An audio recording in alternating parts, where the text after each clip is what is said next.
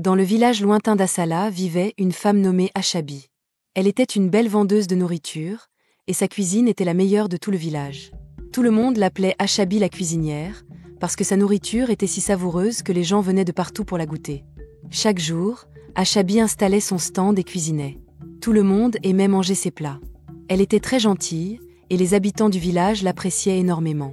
Achabi avait une petite fille qui s'appelait Kimi. Elle aimait beaucoup Kimi et faisait tout pour la rendre heureuse. Mais la vie d'Achabi n'avait pas toujours été facile. Lorsqu'elle était enceinte de Kimi, une tragédie frappa sa vie.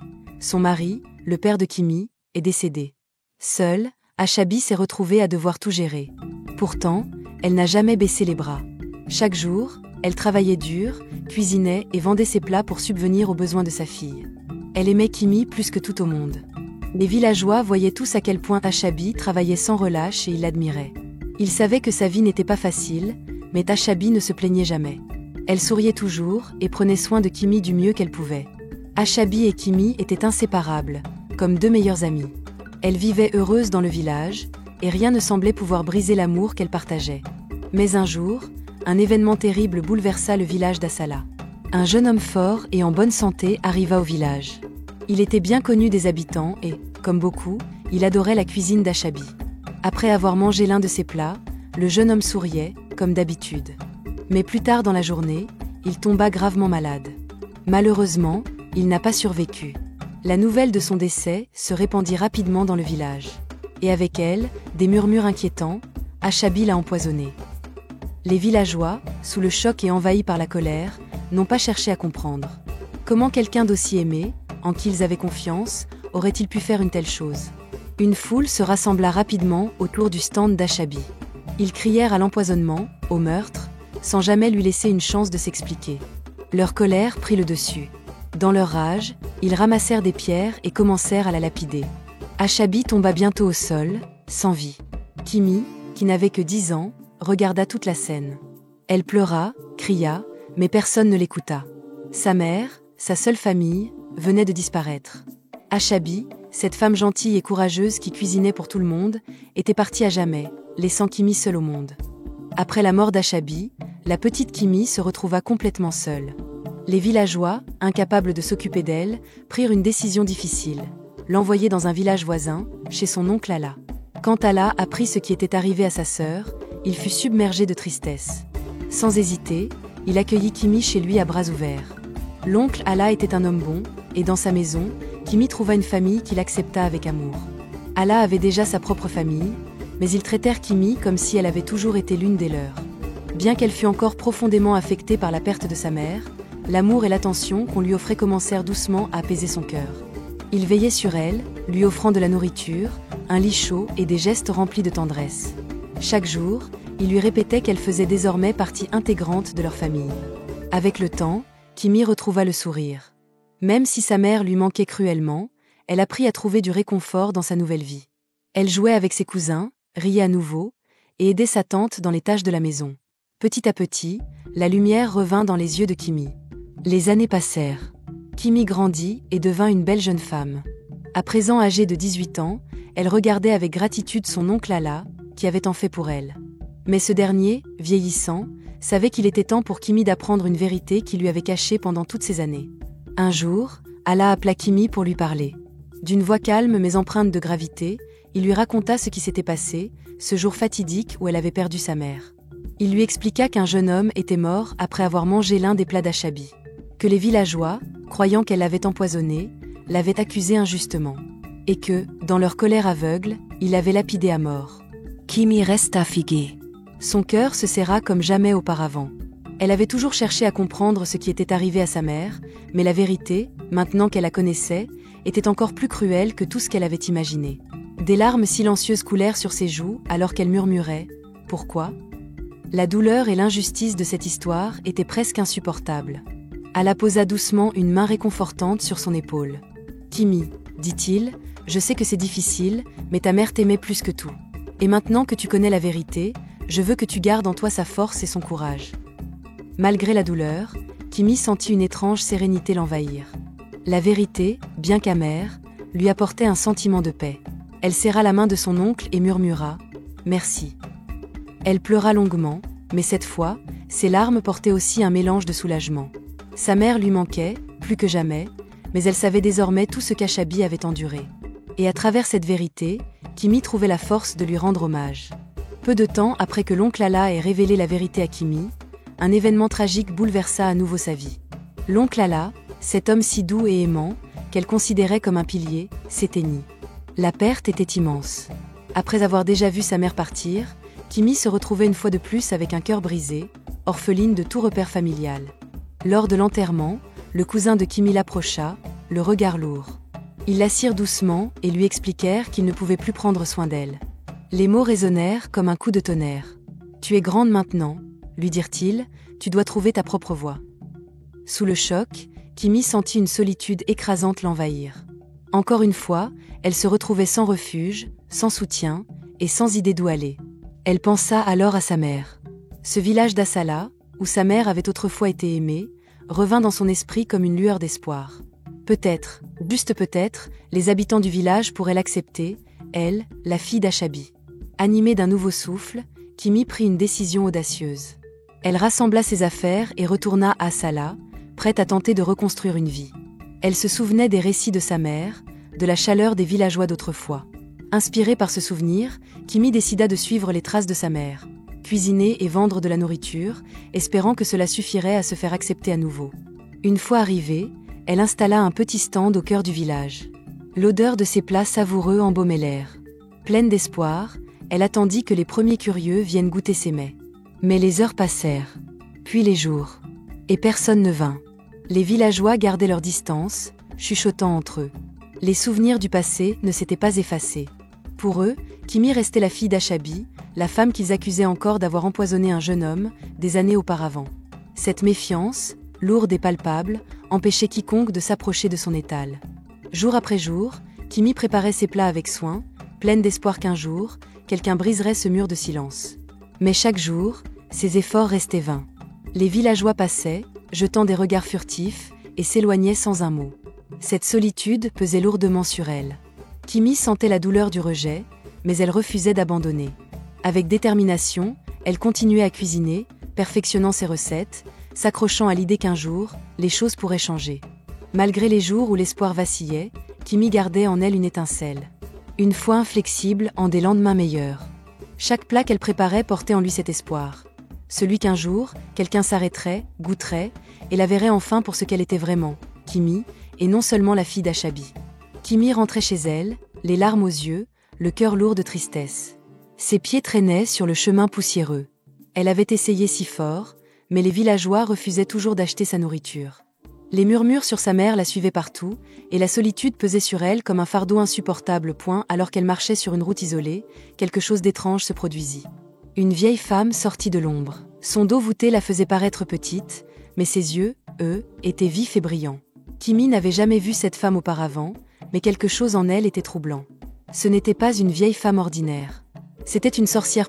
Et la vieille sorcière sourit à Kimi, un sourire qui lui donna des frissons dans le dos. Pourquoi pleures-tu, mon enfant ? Demanda-t-elle d'une voix douce, mais teintée d'une étrange noirceur. Kimi essuya ses larmes, hésitante. La tristesse dans son cœur l'emporta sur sa peur, et elle répondit d'une voix tremblante, « Personne n'achète ma nourriture. Ils se souviennent encore de ma mère et de ce qui lui est arrivé. Ils pensent que je suis comme elle. » La sorcière acquiesça lentement, comme si elle connaissait déjà toute l'histoire. Ah, oh oui, ta mère, Ashabi. Les villageois la craignent encore, n'est-ce pas ? Mais ce n'est pas seulement la peur qui les éloigne, enfant. Il manque quelque chose à ta nourriture. Kimi, intriguée, fixa la vieille femme sans savoir quoi répondre. Le sourire de la sorcière s'élargit, révélant des dents tordues. Elle se pencha légèrement, ses yeux brillant d'une étrange lumière dans l'obscurité. Ce n'est pas le goût qui compte, murmura-t-elle. Il y a quelque chose que tu dois ajouter à ta nourriture pour que les villageois viennent à toi. Quelque chose de spécial. Kimi sentit un frisson lui parcourir l'échine. La sorcière s'approcha encore et chuchota, « Tes poils pubiens. » Kimi recula instinctivement, horrifié par cette idée.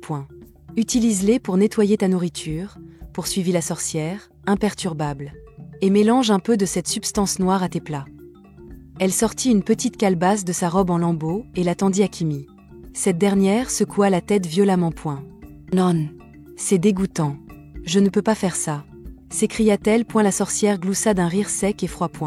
Ta mère pensait la même chose, mon enfant. Regarde où ça l'a menée. Ta mère Ashabi, les villageois croient qu'elle a empoisonné ce jeune homme.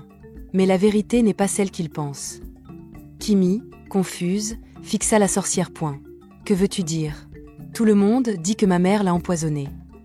Le sourire de la sorcière s'estompa, remplacé par une expression plus sombre. Ta mère n'a empoisonné personne, dit-elle d'une voix grave.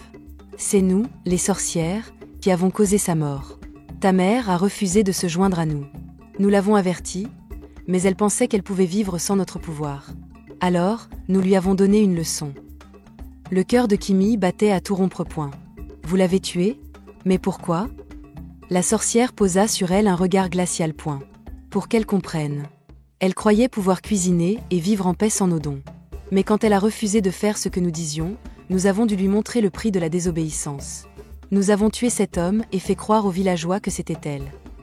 Kimi sentit une vague de colère et de tristesse l'envahir. Vous avez tué ma mère, murmura-t-elle, les larmes aux yeux. Et la sorcière rit doucement, un rire cruel qui résonna dans la nuit. Oui, et maintenant, c'est à toi de choisir. Vas-tu suivre les traces de ta mère et nous refuser, ou vas-tu faire ce qui est nécessaire pour survivre? Le cœur de Kimi s'étreignit. Était-ce sa seule chance de briser la malédiction de sa mère? La sorcière mit la calebasse dans les mains tremblantes de Kimi. Si tu refuses, tu subiras le même sort que ta mère. Ne sois pas aussi bête qu'elle. Puis, sans un mot de plus, elle disparut dans l'obscurité, laissant Kimi seule avec ses peurs. La petite calebasse pesait lourd dans ses mains. L'esprit de Kimi était tourmenté. Que devait-elle faire? Son destin était suspendu à cette décision. Cette nuit-là, Kimi ne pouvait pas dormir. Les mots de la sorcière résonnaient dans son esprit. Sa mère avait refusé les sorcières et cela lui avait coûté la vie. Kimi ne voulait pas suivre le même chemin, mais l'idée de faire quelque chose de si terrible lui donnait envie de vomir. Elle faisait les 100 pas dans sa petite chambre, le regard fixé sur la calebasse que la sorcière lui avait donnée. Kimi pensait à sa mère. Ashabi avait été courageuse en tenant tête aux sorcières, mais qu'est-ce que cela lui avait apporté? Une mort tragique, accusée d'un crime qu'elle n'avait pas commis. Et maintenant, Kimi se trouvait à la même croisée des chemins. Elle se sentait prise au piège, sans aucun choix possible. Finalement, alors que les premières lueurs de l'aube commençaient à pénétrer par sa fenêtre, Kimi prit sa décision. Elle ne pouvait plus vivre comme ça, sans personne pour lui acheter de la nourriture, avec les murmures des villageois qui la hantaient à chaque pas. Si suivre les conseils de la sorcière était le seul moyen de survivre, alors elle le ferait point le lendemain matin. Kimi se rendit à son étal comme d'habitude et prépara la nourriture. Mais cette fois-ci, elle fit quelque chose qu'elle n'aurait jamais pensé faire. Elle prit ses poils pubiens, comme l'avait dit la sorcière, et s'en servit pour nettoyer la nourriture. Son cœur battait la chamade tandis qu'elle remuait la nourriture, espérant que personne ne découvrirait jamais ce qu'elle avait fait. Elle était remplie de honte, mais elle repoussa ses sentiments, déterminée à voir ce qui se passerait. Lorsque Kimi ouvrit son étal ce jour-là, elle était nerveuse. Quelqu'un viendrait-il? Personne ne viendrait-il? La nourriture aurait-elle un goût différent? Les villageois se rendraient-ils compte de ce qu'elle avait fait? Mais à sa grande surprise, quelque chose d'étonnant se produisit. Un à un, les gens commencèrent à s'approcher de son magasin. Au début, il n'y avait que quelques villageois curieux, puis ils furent de plus en plus nombreux à venir. Les villageois qui l'évitaient auparavant ne pouvaient plus se passer de sa cuisine. À la fin de la journée, Kimi avait tout vendu, ses pots étaient vides et son étal était entouré de gens qui parlaient de la qualité de sa cuisine. Les mots se sont vite répandus, et bientôt tout le monde dans le village parlait des délicieux repas de Kimi. Kimi n'en revenait pas. Pour la première fois depuis qu'elle était revenue au village d'Asala, elle sentait une lueur d'espoir. Elle avait fait quelque chose qu'elle n'avait jamais imaginé, mais qui lui avait apporté le succès. Au coucher du soleil, Kimi rangea son étal et réfléchit à son choix. Elle n'était pas fière de ce qu'elle avait fait mais, pour la première fois depuis longtemps, elle ne se sentait pas impuissante. Les gens des villes et villages voisins commencèrent à se rendre à Asala juste pour goûter à la célèbre cuisine de Kimi. Sa nourriture était devenue quelque chose de spécial. Tout le monde en parlait et les gens n'en avaient jamais assez. En l'espace d'un an, Kimi était devenue la vendeuse de nourriture la plus prospère, non seulement à Asala, mais aussi dans les régions environnantes. Elle était si grande que tous ceux qui passaient par là s'arrêtaient pour l'admirer. Sa maison était imposante, avec des murs solides et des fenêtres brillantes, symbole de sa réussite. Mais, même si les affaires de Kimi se développaient, elle n'autorisait jamais personne d'autre à cuisiner à sa place. Elle ne voulait pas que quiconque connaisse le secret de son succès, cet étrange et sombre rituel qui faisait que les villageois en redemandaient. Tandis que la renommée de Kimi se répandait, tout le monde n'était pas content. Les femmes du village commençaient à remarquer à quel point leur mari admirait Kimi. Elles chuchotaient entre elles, jalouses et méfiantes. Pourquoi les hommes sont-ils toujours à son étal ? Se demandaient-elles, point les femmes étaient convaincues que quelque chose n'allait pas. Elle doit utiliser la magie, disait-elle. Comment aurait-elle pu se hisser au sommet si rapidement ? Comment aurait-elle pu rendre nos maris plus à l'aise avec elle ? Mais Kimi ne prêtait pas attention au ragot. Elle était concentrée sur ses affaires et les rumeurs ne la dérangeaient pas. Elle avait tout ce qu'elle avait toujours voulu. De l'argent, une belle maison et une entreprise florissante.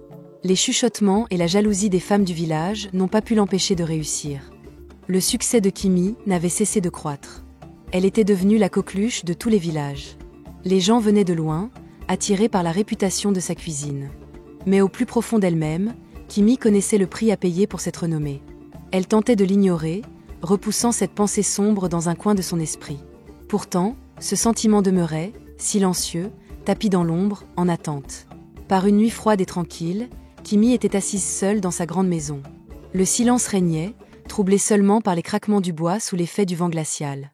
Perdue dans ses pensées, elle sentit soudain un froid intense envahir la pièce. Le vent hurla à l'extérieur, et sans prévenir, les lumières s'éteignirent. Avant même qu'elle ne puisse se lever pour vérifier, une silhouette familière se matérialisa dans un coin sombre de la pièce. C'était elle, la vieille sorcière. Le cœur de Kimi se serra. Cela faisait si longtemps qu'elle ne l'avait pas vue. Elle avait espéré l'oublier. Mais une part d'elle avait toujours su que la sorcière finirait par revenir. La sorcière souriait, un rictus tordu sur son visage. Ses yeux brillaient d'un éclat malveillant. Sa voix s'éleva, glaçant l'air. « Il est temps, Kimi. Temps de faire ce que j'ai demandé. » Kimi sentit son souffle se couper. Elle craignait la réponse avant même de poser la question. « Que voulez-vous dire ? J'ai déjà tout fait, tout ce que vous avez demandé. » Le sourire de la sorcière s'élargit, sinistre. « Tu ne pensais pas que ton succès viendrait sans prix pour toujours, n'est-ce pas ? Nous t'avons donné la richesse, le pouvoir, la célébrité, mais maintenant, il est temps de rembourser. » Kimi déglutit difficilement, le cœur battant la chamade. « Mais j'ai suivi vos conseils. J'ai fait tout ce que vous m'avez demandé. N'est-ce pas suffisant ? » La sorcière secoua lentement la tête. « Non, mon enfant. Le petit sacrifice que tu as fait n'était que le début. Maintenant, nous avons besoin de quelque chose de plus grand. » Un silence pesant s'installa. Puis la sorcière déclara, d'une voix tranchante, « Nous avons besoin de ton utérus. » Le souffle de Kimi s'arrêta net. « Mon utérus ? Pourquoi ?» Les yeux de la sorcière s'assombrirent, prenant une lueur terrifiante. « Pour conserver ton succès, pour préserver tout ce que tu as gagné, tu dois renoncer à avoir des enfants. Tu n'auras jamais de famille à toi. C'est le prix à payer pour ta fortune. » Le cœur de Kimi s'emballa. Depuis toujours, elle rêvait d'avoir des enfants, de fonder une famille. Sa belle maison, si vide, elle avait imaginé remplie de rire et de joie. « Non. » murmura-t-elle en secouant la tête. « Je ne peux pas. Je veux des enfants. Je veux une famille. » Le sourire de la sorcière s'effaça, remplacé par un regard glacial. « Tu crois pouvoir nous refuser, Kimi ? Tu crois pouvoir briser notre pacte ? Si tu ne nous donnes pas ce que nous demandons, tu perdras tout. Ta richesse, ta renommée, ta maison, tout disparaîtra. » Kimi sentit ses mains trembler. L'idée de tout perdre la terrifiait. Mais renoncer à ses rêves d'avoir une famille, c'était encore pire. « Non, dit-elle, plus fermement cette fois. Je trouverai un autre moyen. » La colère déforma le visage de la sorcière. « Il n'y a pas d'autre moyen, Kimi. Si tu refuses, les conséquences seront terribles. Bien pire que tout ce que tu peux imaginer. » Kimi, malgré la peur qui lui tenaillait le ventre, se redressa. « Je ne te donnerai pas mon utérus. Peu importe ce qui m'attend, je ne renoncerai pas à mon avenir. » La sorcière fixa Kimi, ses yeux brûlants de fureur. « Très bien, » siffla-t-elle. « Tu as fait ton choix. Mais souviens-toi, tout a un prix, et le tien sera payé en totalité. » Puis, d'un coup, elle disparut, laissant Kimi seule dans l'obscurité. Seule, avec son cœur battant à tout rompre, et la peur de ce qui allait suivre. Le matin suivant la visite de la sorcière, un vent étrange siffla à travers le village, comme un présage. Dans la maison de Kimi, quelque chose d'encore plus inquiétant se produisit. La pièce secrète où elle conservait ses provisions et où elle pratiquait les rituels enseignés par la sorcière fut touchée. Un petit trou s'ouvrit dans le mur, suffisamment grand pour permettre à quelqu'un de jeter un œil à l'intérieur. C'était une femme du village qui avait toujours nourri des soupçons à l'égard de Kimi. Lorsque l'occasion se présenta, elle ne put résister. Accroupie devant le trou, elle observa attentivement. Ce qu'elle vit la glaça d'effroi. À l'intérieur, Kimi semblait cuisiner comme à son habitude, mais la scène tourna rapidement à l'horreur. Sous ses yeux, Kimi préleva des poils pubiens et les mélangea à la nourriture. Puis, elle saupoudra une mystérieuse substance noire provenant d'une petite calebasse offerte par la sorcière. La femme sursauta, terrifiée. Elle recula précipitamment, son cœur tambourinant dans sa poitrine. « C'est de la sorcellerie », murmura-t-elle, horrifiée. Sans perdre un instant, elle courut avertir les villageois. La nouvelle se propagea comme une traînée de poudre. Rapidement, une foule en colère se rassembla devant la maison de Kimi, leur voix résonnant de rage et de trahison.